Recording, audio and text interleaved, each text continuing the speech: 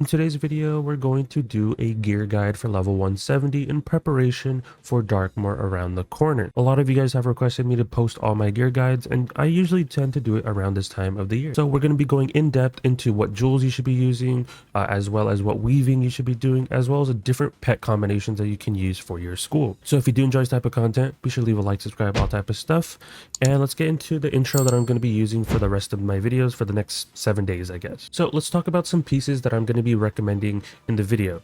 You're going to hear me talk a lot about Avatar and Reaver in majority of these videos. And I know I get this question asked a lot: which should I farm? Should I farm Avatar for Salinopolis gear, or should I farm Reaver for Wallaroo gear? Now the dead set answer is it comes down to personal preference. If you already have Wallaroo gear, which is the Reaver gear, you don't need to farm Avatar. And if you already have Avatar, you don't need to farm Reaver. If you're just starting out, I recommend farming Avatar in Salinopolis instead of farming Reaver in Wallaroo, because it's a little bit more tedious and not everyone's going to be farming that, just because it's been a while and not many people care about it too much currently. But I do want to preface, I will be talking about it in the video. Certain Avatar pieces I prefer and certain Reaver pieces I prefer. So you'll see me talk like Reaver boots I might prefer more than Avatar boots. I might prefer Avatar hats versus Reaver hats, stuff like that.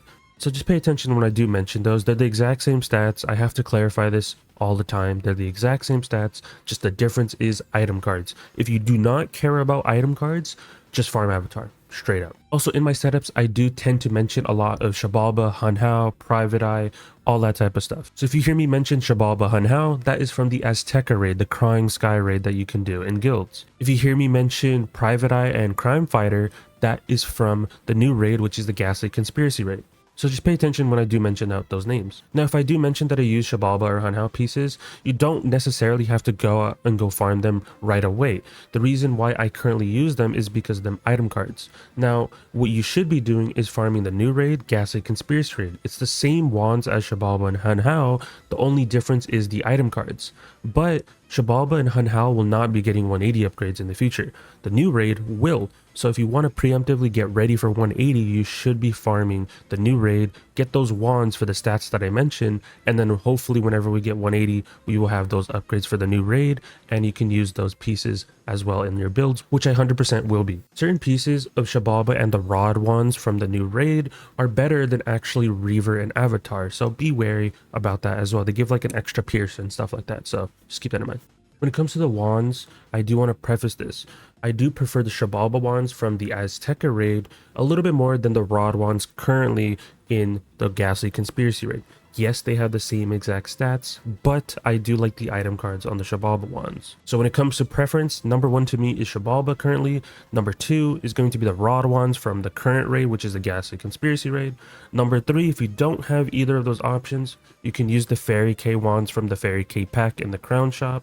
And then after that, if you don't want to do any of those three, you don't want to do the raid, or you don't want to open packs, use Reaver, Avatar. It's really up to you. They both have the same exact stats, just item cards are different. I don't have a preference between them. They're in the same tier in my opinion. When it comes to amulets, if you hear me talk about amulets, Private Eye is my number one recommendation right now, unless you are balanced, which I will be putting a certain section for balance whenever I do make the balance video. But for amulets, for every school except balance, I prefer Private Eye as my number one priority because I do like the item cards. After that is Reaver, which you can get from, of course, Wallaroo. Those give you a blade, which I prefer. I know Hunhao and Shabalba, Private Eye, Crime Fighter have slightly better stats, but I really put the item card at a higher value in my opinion. So that's why I put Reaver as your secondary option. And then third, it's a split between three different templates, which is Hunhao, Shabalba, and Fairy K. Yes, Shabalba and Fairy K are exactly the same, but I don't really care for the item cards too much on them, just because you're getting those same exact item cards from the Shabalba one. So that's why I'm putting them on the same tier.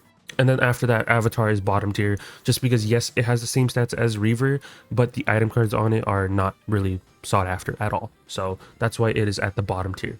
And then lastly, when it comes to decks, you're going to hear me talk about decks. I prefer Private Eye decks because you do get that blade. When it comes to it after that, my recommendation is using the Shabalba decks from the Azteca raid. And then after that, if you don't want to do either of the raids, you can use Reaver, Avatar. It's really just up to you, personal preference. I put them on the same tier just because they both have blades and traps depending on your school that are useful. So they're in the same tier. I feel like just getting both are really good to have. And then after that, I think the bottom tier is Hun Hao and Fairy K, because they don't really give you anything that's useful. They both give like terrible cards in my opinion.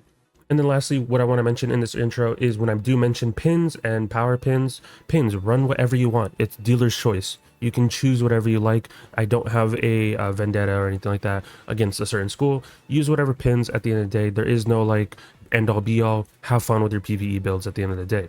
When it comes to power pins, I do recommend different pins depending on your school.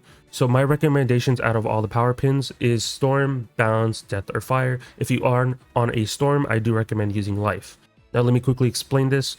I do recommend Storm pins if you ever get Mantle in your fight and you are using the Weaving Blades from Weaving, which I will be mentioning as well. Those are Storm School majority of the time. So that's why I do recommend that, just to prevent a Mantle. And it's the same argument for Balance and Death, because hey, if you're using Elemental Blades, Elemental Traps, Balance Blades, Dragon Blades, whatever, a Balance Pin is just nice on the off chance you do get hit with a Mantle. Death has the same argument, because hey, if you ever get hit with the Feint, or if you're trying to use a TC Dark Pact in any sort of scenario, or maybe in Power, and you get hit with a Mantle, you do have at least a better chance of not fizzling it due to you having Power Pins. And then Fire is in that niche category, which I like using at times, just so I don't have to switch my Scald and Syndiate setups, because those I can just put on a Fire pin, and then all I have to do is switch my hat and switch my wand, and I'm good to go. So that's why I have Fire pins as well listed for that reason. And then Life pins, it falls underneath a niche category. It's specifically for Storm, just because their Weaving Blade is through Life currently, and maybe in future guides I might adjust this, but Storm is using Life Weaving majority of the time, and having a Life pin for accuracy is good to have, just so you don't fizzle your dual blade on the off chance you get hit with a Mantle. And then you can use Life as well in other schools if you want to. Maybe you're trying to use some healing spells, but I don't really have a recommendation for that, because in max level, you're not really healing as much in casual play if you have the min-max setups. Another thing I want to mention for when it comes to the builds that I'm going to be mentioning is the tier jewels.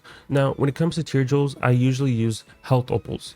But if you want to and you don't want to use health opals, I strongly recommend that you either socket a potent trap as well as a sharpened blade. It can be either or you can do both.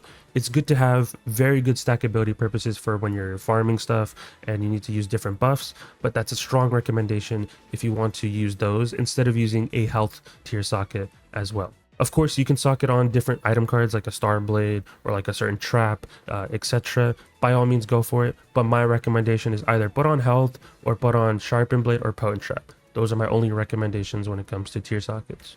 I will be talking about pets and stuff, but that will be in a later section in this video. But that is it for this intro. This is a template for all my videos, and I just want to keep it straightforward like that. The only thing that's going to be slightly different is if you're balanced, which I will be mentioning in the balance video whenever I post that guide. Because the wands, amulets, and decks, I have a slight little bit of different preference on that school because the item cards are so weird for balance. So I'm just putting that out there. But we can actually get into the whole rest of the video. Now that we got the intro out the way, let's talk about weaving for myth. What weaving path should you take for myth? There's a couple different options, but there's one obvious option, which is where we're starting off, which is Storm. You should be doing weaving for Storm on your myth. Reason being, the dual blade, very easy to get. It's a rank 1 spell. Just finish rank 1, you'll get the infinity blade. Very good spell, and I do see people complain about it that, hey, it's 2 pips. And literally my response to them always is usually, hey, go to your deck and change your pip to Storm. It's a Storm spell, change it to Storm. You're going to have school pips anyways when you're doing casual stuff. You should be doing that by default. Because every time I mention weaving in any sort of way and I mention the blades, people think it's 3 pips because they need a mastery and stuff like that. But not really. If you are, managing your school pips, you are getting school pips, and you set it to Storm, you only have to waste a regular power pip that is Storm. So pretty straightforward. But other than that, on the blade, you do get the Infinite Attenuate. This is really good for advanced combat scenarios, really good for dual hitters. So if you are having a Myth and a Storm on your team, I always like tossing this out because it's a really good Attenuate. Myth got kind of blessed with this Attenuate in my opinion, because it's buffing up Myth hits and buffing up Storm hits. It's very good. Fire has one that's similar to this, and it's very good. I like to mention it a lot. But I do recommend getting up to rank 4 on Storm. Now, if you don't want to do Storm, the other 2 options, I guess I would say technically 3, is Ice and Balance. Now, Ice and Balance, it's up to you. It depends on who you're with and what type of content you're doing. Ice, reason being, is if we go to your train, you can learn History Trap. It's a 40% trap. It's good for those fights where you're not allowed to faint, you're not allowed to blade, and you're very limited on what stuff you have to do. So having these traps and then just literally putting a potent trap on them and, you know, getting an item card potent trap, you'll be able to get 50%. So you can get like a 50%, another 50%, and then a regular 40% history trap. Very nice to have. And then the other option is balance. And the only reason I'm recommending balance in this sort of scenario is it's because it also gives you that 40% trap. But the reason why I'm putting the ice one a little bit more, I feel like it'll be more valuable, but it depends on your team comp, I guess. So it depends on what you're farming and stuff like that. And, you know, depends on the boss. So it falls into that niche category. But either or, I feel like definitely get those done of rank 3. And then my last option, I guess, in my opinion, is Viv. Now, only reason I'm saying Viv is because at rank 4, you do get that dual blade, which is the creation blade, but you have to go to rank 4. Versus while if you do Storm, you only have to rank 1, and you can use that to buff Storm hitters, which is predominantly going to be happening more often than anything else. It's not really as often you buff a life. Now, of course, if you want to, by all means, go for it. But majority of the time, you're going to be buffing the storm. So that's why Surge is just like the #1 priority for when it comes to weaving. So #1 priority, get yourself storm weaving rank 4 done. And then after that, you can do either ice or balance rank 3 for the trap. And then if you want to do Viv for the blade, you can, but you're already getting a blade from Surge. And then when it comes to Morrison, I don't really recommend him, other than you get the attenuate from him. That's myth and death, but beyond that, it's very situational. If you want to attenuate, just get the one from Surge. You literally get a blade and an attenuate. And then when it comes to Charlie doesn't really have anything that's viable in my opinion. And that's really it when it comes to all the weaving stuff. That's my recommendation, at least. Now that we're done with the weaving portion, let's talk about the gear setups. And we're going to be talking about the setup. For example, the first one, which is the Frilla Sword set bonus. We'll be talking about Frilla Sword set bonus in this video. We'll be talking about Pierce mount, and then of course, no mount. I don't like to mention the gold shears. I know a lot of people have gold shears to a certain extent, but there's more players that have the Pierce mount and more players that have the Frilla Sword set bonus than, for example, the gold shears or the universal damage mounts. So I won't be including those in the video, just only Pierce, Frilla Sword set bonus, as well as no mount. So let's go over the first one, which is my Frilla Sword set bonus, which gives you the min-max that you can currently have stat-wise. So when it comes to my stats, you guys can see around 10k HP, we have 237 damage, res pretty decent, accuracy pretty good, and 57 pierce. Other than that, all the other stats are pretty straightforward. I mean, really, all you really care about is your pierce and your damage. Everything else is very straightforward. Now, when it comes to my hat, I use the avatar hat. You can clearly use Reaver, as I mentioned in the intro, but I prefer avatar. You get that balance blade, very good. And then when it comes to sockets, use whatever. I do like switching between balance and death res. It kind of depends on the enemy that I'm fighting, but recently I feel like I've been putting balance more. So you can put on balance res right here. And then when it comes to your robe, I use Daemonic, which is from the Polaris raid. But if you don't want to do the Polaris raid, what you can just simply do is go to the crown shop and then go over here to the Marleybone Mortis robe. If we quickly go over here, I can give you guys like a better example of which one you should choose. So I have both of these spells already maxed out. That's given by them. Stat wise, they're exactly the same, but I have both these spells maxed out. If we're trying to figure out which spell is going to be useful for you, I guess technically the Humongo Frog versus the Hit and Bub. The Hit and Bub is mainly for PvP players, but you don't really see anyone use Daemonic in PvP. So if you're going to choose between them, I guess technically you would want the Marleybone robe if you want the AoE, but I already have both spells maxed out. So there's that. But they're both exactly the same stat. So if you see me mention Daemonic, it's the same exact stats as Mortars. So keep that in mind. And then sockets, as I said in the intro, dealer's choice, but you guys can see that I'm using balance right here. Doesn't really do anything, but whatever I mentioned in the intro regarding pins is what you should be paying attention to. Boots, I like Reaver. You can use Avatar. I just use Reaver because I like the myth trap that's given by this. And then when it comes to the wands, I use Shabalba because I like the card they get from here, the Sun Trap. Now, what you should be doing realistically to future-proof yourself is use the wands from here, use the rod from here. It's the same exact stats, which is from the new raid. Shabalba is from Azteca raid, while Attunement Rod is from Ghastly Conspiracy raid. Now, they're both good beings. Like, for example, Shabalba one gives you that trap, which I do like, but at the same time, I'm not gonna like say no to the Spirit Shield because it can set up a Jhin for advanced combat modes. so it's very nice to have if you don't want to use TCs. But they're both good. The Sun Trap is good, Spirit Shield is good, but for casual PvE players, I'm really going to be using this. But to future-proof yourself, use the attunement rods, because we will have 180 upgrades in the future. So these wands will actually be better than the Shabalba down the line. It's just I'm using Shabalba currently, even though it's the same exact stats. It's just I prefer that Sun Trap that's on there. You can also use the Fairy K pack wand if you want to use that. That is up to you. It's the same exact stats, but I just don't like the item cards that are given by the Fairy K pack wand. So there's that. And then your theme, you are going to be using the Mushu theme. You get this from literally the Mushu Gold Key Boss, Takanobu the Masterless. If you don't want to get it from him, you can go to Avalon and you can do Lambent. Lambent has this. There's a pity system involved in both key bosses. And once you get enough reagents, you can literally just buy it. It takes like 2-3 runs. Very easy to get. We use this because the triangle socket. Now, if you do not want this triangle socket, which is the Epic Jewel, I like the Epic Jewel. It's 315. It gets, if you're looking at a regular epic, it's 300, while item card is 315, so you get that extra 15 damage. But if you don't care about that, just simply use a Reaver. You can just simply switch it out for a square socket and have more health.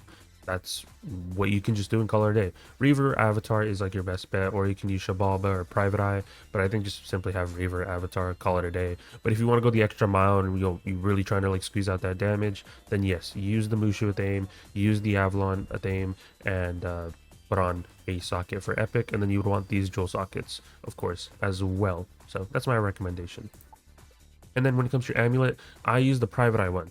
You can use any other amulet, to be honest. You can use Reaver, you can use like we're literally right here, you can use Reaver, you can use Sun Hao, you can use Shabalba, etc, etc. There's so many at this point. You can even use the Mushu Athame, or a Mushu amulet, I mean, that gives a hex if you really want to have that item card hex. But I like the Private Eye one because I do get that Spirit Blade. Very nice to have. I really like these amulets from the raid, so make sure you have these sockets as well. Ring, Reaver, if you have Avatar, that's completely fine. They both have exactly the same stats. Just pick one or the other, whichever one you farmed. But I have a bunch of Reaver gear, so I just, hey, I'm using Reaver. So make sure you have these sockets. And then the pet, since we are using Philosopher stat bonus, you do want to have it on this pet. In the future, don't know when, I'm probably going to remake this pet so it's a giver socket instead of a boon socket, because I have the no shattered giver jewels and I'm trying to like use those and have like a use for them. So in the future I will remake this pet, but make sure you have these stats because you want to have the set bonus with the mount, but you want these stats to achieve the stats that I have. But when it comes to pet, literally just giver, pain giver, dealer, mighty, breaker, and then of course have boon as well. Very straightforward of a pet. And then you are rocking the Trompy Bronto setup with this to be able to get that set bonus of an extra 6 damage. Very straightforward. And then when it comes to deck, I use Private Eye. Private Eye gives you that Myth Blade, so you're getting a Myth Blade from here, and you're also getting a Spirit Blade from here. If you don't want to use Private Eye, I mentioned in the intro of all the different deck options.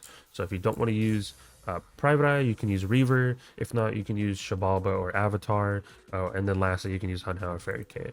But if you don't have Private Eye, just use Reaver. And then after that, you can choose between Shabalba or Avatar. It just comes down to personal preference. I just use Private Eye. I've preferred it ever since the raid came out. But that is the majority of this setup. It's a very straightforward setup. Now, if you don't have the Bronto, which I know some people don't open the pack, and you're like, hey, what's the Pierce Mount setup?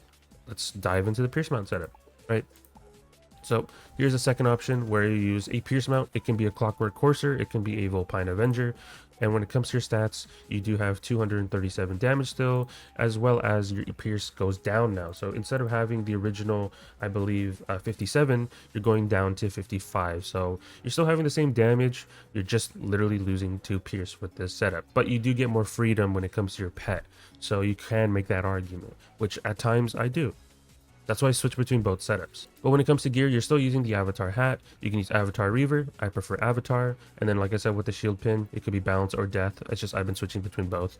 But the other pins, up to you, dealer's choice. Robe, Daemonic, or the Marleybone pack one. So if you have done the raid, use Daemonic. If not, get the one from the pack, and you can use that in your setup. And then boots, we're still using Reaver. I prefer that trap. It's really good, in my opinion. If not, use Avatar boots, either or. Wand, Shabalba. If not, prep your attunement rods in preparation for level 180. If not, use Fairy K, and then after that you can use like Reaver Avatar. But I feel like Shababa is my number one. Number two is the attunement rods for now till we get to level 180, of course, and then I'll be switching over to the attunement rods. And then Athame, we started using the Mushu slash Avalon Athame. Get it from the gold key boss, and I sock it on that epic jewel. If not, use Reaver Avatar and just put on extra HP. That is completely fine. It doesn't mess up your stats. Like, yes, you lose 2% power pips, but you still hit the power pip cap, and your damage is still exactly the same. You literally just gain extra health in return. So that's an option for you. I just really prefer the epic jewel personally. Amulet, still using Private Eye with the same exact sockets, but you have the option for Reaver and all the other amulets that I mentioned in the intro, but I prefer Private Eye currently. Now, when it comes to the ring, I do switch my socket to damage instead of pierce. But what I do recommend instead is just switch your deck. Instead of using pierce on the deck, you use damage. It's just I've already had this ahead of time, so that's why I'm just using this again. Then when it comes to your deck, you use Private Eye, same exact thing, but I would recommend putting damage on this so you don't have to switch your ring as I showed. I just am using my ring currently just because I already had it already prepped ahead of time. But realistically, you just still use your pierce, and then all you have to do is just switch your deck to a damage socket instead of pierce, just so it's not as confusing. And then lastly, when it comes to the pet, you can literally use any pet. You have a lot more freedom with this setup. You're not forced to use a certain pet body, I mean, so you're not stuck with the Frilla. You can literally use any pet body. I prefer the Mythic Skeletal Warrior from the Aquila stuff. There's already a guide on the YouTube channel on how to get all this stuff, but watch that. What it gives is a Myth Blade. It also gives you Mythic Fuel and a Sharpened Blade. This is just what I prefer. And when it comes to stats, I'm using Giver, Dealer, Mighty Breaker, as well as a Piercer. You would preferably want the Piercer in the pool, as well as make it a Myth Giver socket or a Myth Dealer socket, because all the other jewel or other talents slash jewels are annoying to get. Getting a Piercer jewel, getting a Breaker jewel, Mighty jewel, and as well as a Pain Giver jewel, tad bit more annoying. Getting a Myth Giver and a Myth Dealer, very easy to get, especially with the no shatter Myth Giver jewels. In the future, I will probably remake this pet, but this is not really like a necessary right now, just because I'm still achieving the stats that I'm trying to show. But there's a lot more couple different pet options that we can mention as well. So I have a couple different options I have listed. You don't have to use the ones I listed, but I'm just giving you guys different options instead if you don't want to use the Mythic Skeletal Warrior. So obviously the Mythic Skeletal Warrior gives you that blade, Mythic Fuel, and that Sharpened Blade. And then my other option is the Myth class Hamster. That gives you a blade as well as a Sharpened Blade as well as a shield. It gives you those tri-shields. So there is a recommendation for that. You can still use it. It's not, I don't really like using the shield nowadays, but it is good for Myth, just because the fact is, when it comes to advanced combat, you can set up a Jin easier, and so you don't have to use TC. But that's the only school I would be like, okay, maybe there's like a slight recommendation for it. And then beyond that, we do have the Ghastly Conspiracy Raid pet, which is the Ninja Pig. What it does, it gives you a Balance Blade, it gives you a Spirit Blade, as well as it gives you a Myth Blade. It's a very good pet for those tri-blade or tri-spells that give you different cards for your blades. And then after that, if we're going away from exclusives, you can use the Plucky Griffin. The Plucky Griffin, what it does, it gives you a Myth Blade as well as a Feint. Those are really good cards, and I know people like to use them still to this date, so by all means, you can use that. Go for it. There's also the Blimp Pal, which I believe it gives you 2 Myth Blades, and I'm just tossing this on the list because it gives you 2 Myth Blades. It's, you know, they don't stack or anything like that, but if you are doing multiple hits, it's just good to have as a, you know, as an option. But realistically, you should be using the other options that I mentioned instead versus this. It's just, like I said, I'm tossing out suggestions. Another pet is the Fabled Howler. I really like the Fabled Howler. Before the Ghastly Conspiracy Raids came out, or the Ghastly Conspiracy Raid, I mean, came out, I was using the Fabled Howler for a good point on my alt account, and it gives a really good item card, which gives you that blade as well as that Spirit Blade. It's a very nice card to give, but literally the Ghastly Conspiracy Raid just kind of took that pet out of the waters because it gave you now a Balance Blade as well. And the last pet I recommend is the Myth Culture pet. That gives you a blade as well as a Mass Trap. It's like, I think it's called like Bewilder or something like that, but it's a 20% Mass Trap, I believe. And you might be wondering, like, why would I ever use that? And a lot of people sleep on this card, in my opinion. I have pulled this card out so many times because it's very good for those fights where you just need a mass trap spam. Like, Storm has that identity of like, okay, we have a Gulcher pet, we have so many different variations of those mass traps that we can use. Myth also has that in their arsenal. It's just not many people use it to a certain extent. But if I do recommend the gold share just because of that card of that mass trap, that bewilder, that's a 20%. It is a 20%, yes, I know, but it's still very good. It's very slept on in my opinion. But those are just all the pets I recommend. Of course, if you want to use any other pet, by all means go for it. If you want to use the sharpened blade pets and stuff that give like 3 sharpened blades, 2 sharpened blades, by all means go for it. It's just these are ones I recommend, and I kind of lean towards a little bit more. And then of course, lastly, we do, you know, as you guys know, we are using a clockwork courser with the setup, and we are getting that 2% pierce to achieve those stats of 237 damage as well as 55 pierce. And then the last setup on the list is the no mount setup, no stats required, no pay to win in that sort of sense, which is just literally the same exact setup as the Frilla, or not the Frilla, sorry, same exact setup as the pierce mount setup. So if you are, just, you know, scroll back a little bit and you guys can just watch that section and simply just take off the pierce mount and now you're 53 pierce. It's not the end of the world. I always try to aim for like around 50 pierce and then just allocating the rest towards damage. So you're still above 50 pierce in my opinion, so you're completely fine. And it's a very straightforward setup when it comes to that. It's still the same thing, which is just Avatar Reaver hat, Demonic or Marley Bone Pack Robe, either or, they're both the same stats. Boots are just Reaver or Avatar. Wand, Shabalba, Attunement Rod, Fairy K Pack, or Reaver slash Avatar, but Shabalba and Attunement Rod should be your priorities currently. And then Athame, still Mushu Athame, but if you don't want the Epic Jewel, by all means just switch to a Reaver or Avatar for the extra health. And then Amulet, I use Private Eye. You can use Reaver, you can use I wouldn't recommend Avatar, but you can use Reaver, you can use a Shabalba Hanhao, you can use the Mushu one as well. I don't really put it on the list, but it gives a hex and still good for stackability purposes. And then Reaver, Ring or Avatar with the sockets. Pet, same stats, just use it on any pet body as I mentioned earlier. Mount, whatever mount, because this is a no mount setup. And then deck is still Private Eye. So very straightforward when it comes to all these setups. And then the last thing I want to mention is like a deck setup, just as like a tailor towards all the things that you would use. So here's just an example of like how to build a deck setup, because I know some people ask this, or I actually see a lot of people build deck setups a little bit weird, because every time I run into team up, I see people running 50 card decks and it's very confusing. So let me just give you a rundown of what you would actually run on your myth.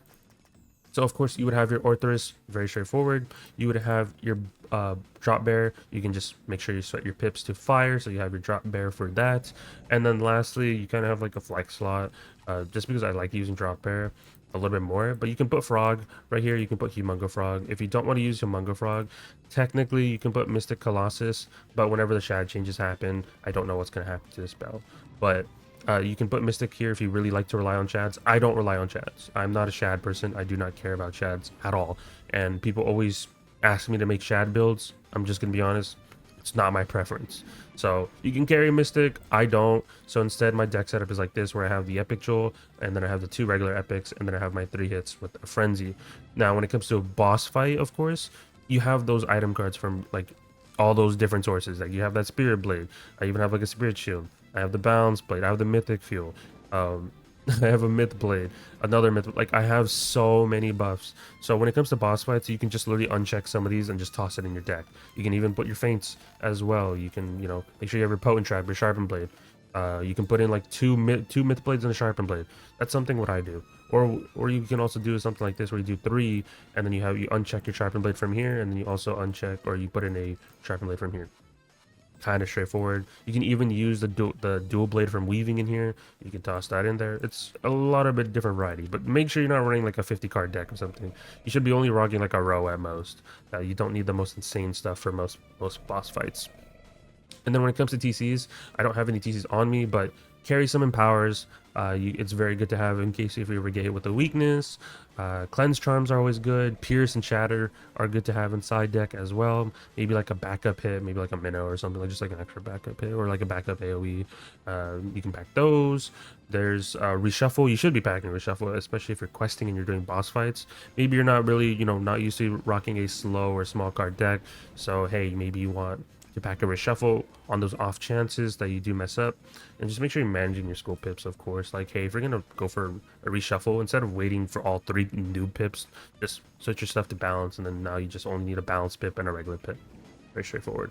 But something along those lines, those cards. Dark Pact is good. I always like using Dark Pact whenever I'm questing when it comes to TCs, just because if I ever get hit with a weakness, I can just literally Dark Pact out of it and get a blade. You know, a lot of these random mobs and bosses tend to have like minus 90 Ifrits for no reason, and they've been bringing them back slowly but surely. So Dark Pacts are just nice to have inside, or Empowers, just due to that reason.